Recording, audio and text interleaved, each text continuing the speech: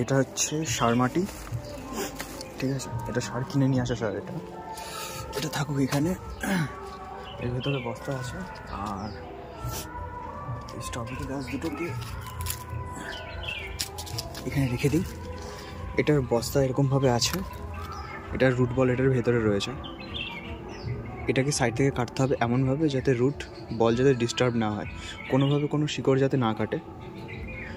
যদি কাটে তাহলে সেখান থেকে ফাঙ্গাল ইনফেকশন ছড়িয়ে যেতে পারে, ব্যাকটেরিয়াল যে কোনো জিনিস। আর ব্যাকটেরিয়া থ্রাইভ করে যদি সেরকম ময়েস্ট জায়গা পেয়ে যায়, ঠিক আছে।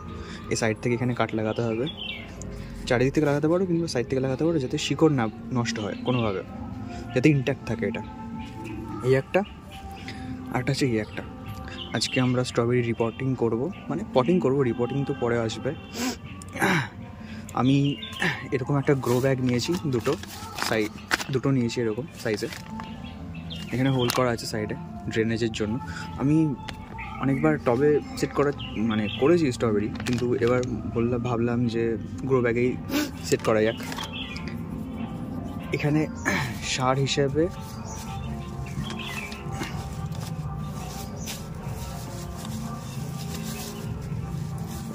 হিসেবে অনেকে অনেক রকম সাজেশন দিতে পারে স্ট্রবেরি গাছের জন্য। অনেকে বলবে বোন মিল ভালো, এটা ভালো, ওটা ভালো, কিন্তু আমি বলবো যে বোন মিলটা ইউজ না করতে, কারণ বোন মিলে কিছু কিছু সময় কেমিক্যাল ফার্টিলাইজার ইউজ করা হয়, যেটা গাছের পক্ষে তো ঠিক হবে না আর মাটির পক্ষে তো নাই। আর অনেকে স্ট্রবেরির গোড়ায় হিউমিক অ্যাসিড কিংবা এরকম জাতীয় জিনিসপত্র ব্যবহার করে, কিংবা এনপিকে ব্যবহার করে, কিংবা সুফলা ইউজ করতে পারে, কিংবা ডিএপি ইউজ করে অনেকে, ঠিক আছে। এই যে স্ট্রবেরি গাছ, আমি সাজেস্ট করবো ওগুলো ইউজ না করতে। অর্গ্যানিকলি তুমি কতটা সার দিচ্ছ এটা ম্যাটার করে না, সারটা তোমার গাছ নিতে পারছে কিনা এটা ম্যাটার করে। আমি ওভার ফার্টিলাইজ করে দিয়েছিলাম বলে আমার স্ট্রবেরি গাছ একদম গেছে। আমি চাইবো যে তোমরা এখান থেকে কিছু শিক্ষা নাও। আমি যেখানে নার্সারি থেকে গাছগুলো এনেছি, সেখানে নার্সারির গাছগুলো দেখলে তোমরা বিশ্বাস করবে না যে 1 থেকে 2 মাসের মধ্যে গাছগুলো এতটা বড় হতে পারে। আমি সেখান থেকে এই সারগুলো নিয়ে এসেছি। মাটি যাতে ওয়েল ড্রেনড হয়, মাটিতে যাতে কোনো রকমভাবে জল না দাঁড়ায়। মাটিতে যদি জল দাঁড়ায় তাহলে শিকড় স্টার্ন হয়ে যাবে, গাছে গ্রোথ হবে না। এখানে পাতার এরকম জায়গা দিয়ে ক্লোরোফিল কমে যাবে, দেখে মনে হবে ক্লোরোসিস হয়েছে। তুমি তারপর আয়রন ফার্টিলাইজার ইউজ করবে, কিংবা কোনো ব্যাকটেরিয়াল ইনফেকশন হয়েছে মনে করবে, কিন্তু হয়েছে রুট রট, ঠিক আছে। ওটা একটা অসুখ, ওটার জন্য মাটি ঠিক করে করতে হয়, ওয়েল ড্রেনেজ মাটি। এখানে নিয়েছি আমি মাটি নর্মাল, আর এর ভেতরে রয়েছে ভার্মি কম্পোস্ট, আর রয়েছে পাতা সার, আর কিছুটা নিমখোল রয়েছে। নিমখোল যেটা করবে সেটা হচ্ছে যে রুট ভেতরে যেটা থাকে, যে স্ট্রাকচারটা আছে, ওটা যাতে কোনোরকমভাবে ব্যাকটেরিয়া ইনফেকশন না হয়। তারপরেও এখানে সাধারণত যে জায়গাটা দেখতে পাচ্ছ এটা হচ্ছে ফাঙ্গিসাইডটা দেওয়া উচিত, কারণ যখন এই সারগুলো দেবে, এই সারগুলো খুব হালকা হয়, যার ফলে ভেতরে ময়েশ্চার জমে যায়। জল যখন তুমি দেবে, এখানে ভেতর থেকে ফাঙ্গাস তৈরি হওয়ার সুযোগ থাকে। এটা পুরোপুরিভাবে ঠিক করে মিশিয়ে নিতে হবে। ফাঙ্গিসাইডটা আমি মেশাবো, আগে দুখানা ভাগে ভাগ করে দিই, এই দুখানা পটে আমি তোমাদের দেখাবো। এটাকে আগে কেটে নিই, ঠিক আছে। ভিডিওটা 2টো পার্টে হবে, এগুলো কেটে নিয়ে তারপর তোমাদের সাথে দেখা করছি অন্য পার্টে, ওকে। এটা ভেতরে ভার্মি কম্পোস্ট, আর আছে হচ্ছে নিম ফার্টিলাইজার, আর এর ভেতরে রয়েছে ফাঙ্গিসাইড, আর লিফ কম্পোস্ট রয়েছে এর ভেতরে পুরোপুরিভাবে।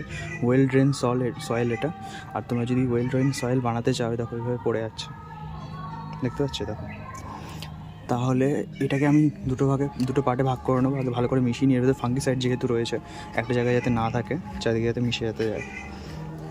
আর তোমাদের বলবো, তোমরা যদি এরকম কোনো কিছু না পাও, তোমরা কাউ ডাং কম্পোস্ট ইউজ করতে পারো। লিপ কম্পোস্টের জন্য ইউজ করা হয়, কারণ এটা খুব হালকা, ঠিক আছে। আর জলটাকে বাইরে বের করে দেয়, জলটাকে জমতে দেয় না। তোমরা 1 পার্ট বালি ইউজ করতে পারো, যাতে সয়েলটা ঠিকঠাক করে ড্রেনেজের জন্য সাহায্য করতে পারে, যাতে বেরিয়ে যায় জলটা।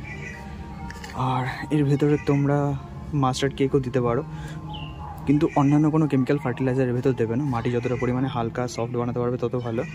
আমরা বাকি যে লিকুইড সার আছে সেটা পরে দেবো, আপাতত এটা রিপোর্ট করে নিতে হবে, ঠিক আছে। আমরা এটাকে 2টো পার্টে ভাগ করে নেবো। প্রথম কথা, এরকম 2খানা গ্রো ব্যাগে 2খানা স্ট্রবেরি লাগাবো আমরা, ঠিক আছে। এই যে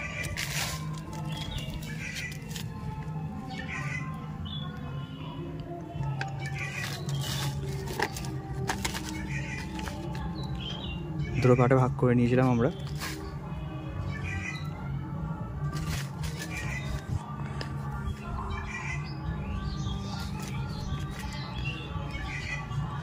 আমরা পুরোপুরিভাবে এটা সার মাটি দিয়ে দিচ্ছি, ঠিক আছে?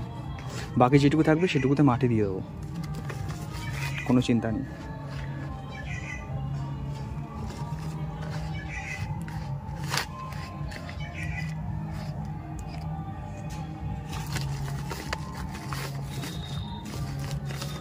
দেখো ফাঙ্গিসাইডটা ভালো করে মিশিয়ে নিতে হবে ফাঙ্গিসাইডটা।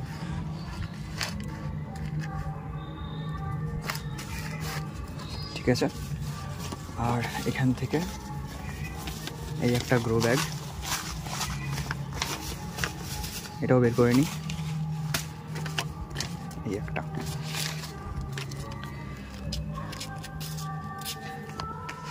এটা তো ঢেলে দেবো মেপে মেপে।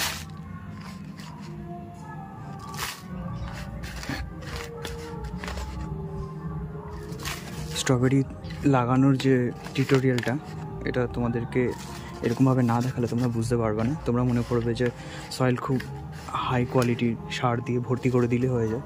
স্ট্রবেরি গাছে তো কম সার দেবে তত ভালো, কিন্তু সার ততখানি দেবে যতটা স্ট্রবেরি গাছটা নিতে পারবে। অতিরিক্ত সার দিয়ে দিলে যদি না নিতে পারে গাছটা ওখানেই মরে যাবে। যেহেতু এগুলো খুব লাইট গাছ হয়, এগুলো খুব প্রোন টু ডিজিজ হয়ে যায়। এতে খুব খুব তাড়াতাড়ি হয়ে যায়, কী বলে ওটাকে, ব্যাকটেরিয়াল ইনফেকশান লেগে যায়। এর জন্য আমাদের মাঝের মধ্যে ফাঙ্গিসাইড ইউজ করতে হয়। এদেরকে কেমিক্যাল ইউজ নাও করতে পারো, তোমরা নিম ব্যবহার করতে পারো, নিম তেল কিংবা ওরকম টাইপের কোনো কিছু। ঠিক আছে, এই দেখো আমার এটা হয়ে গেছে।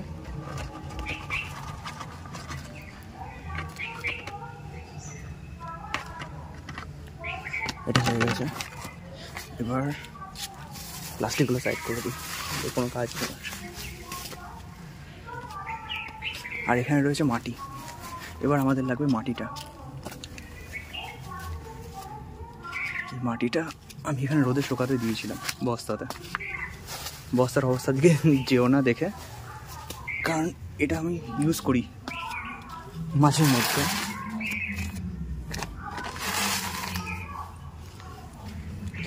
মলে স্কিনে ধুলো হয়ে গেছে পুরোপুরি।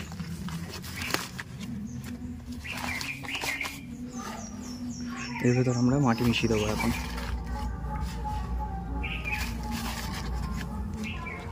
ঠিক আছে, ভালো করে মিশিয়ে দেবো আমরা,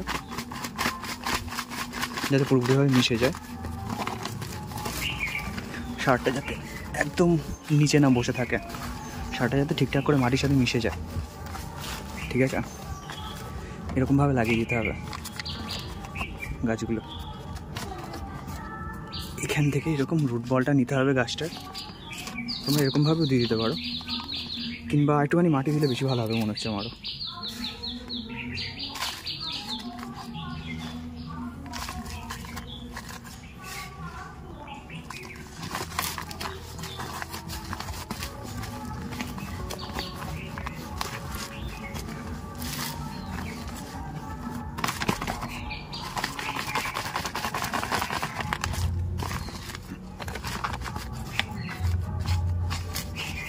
সারগুলো কোনায় কোনায় জমে গেছে।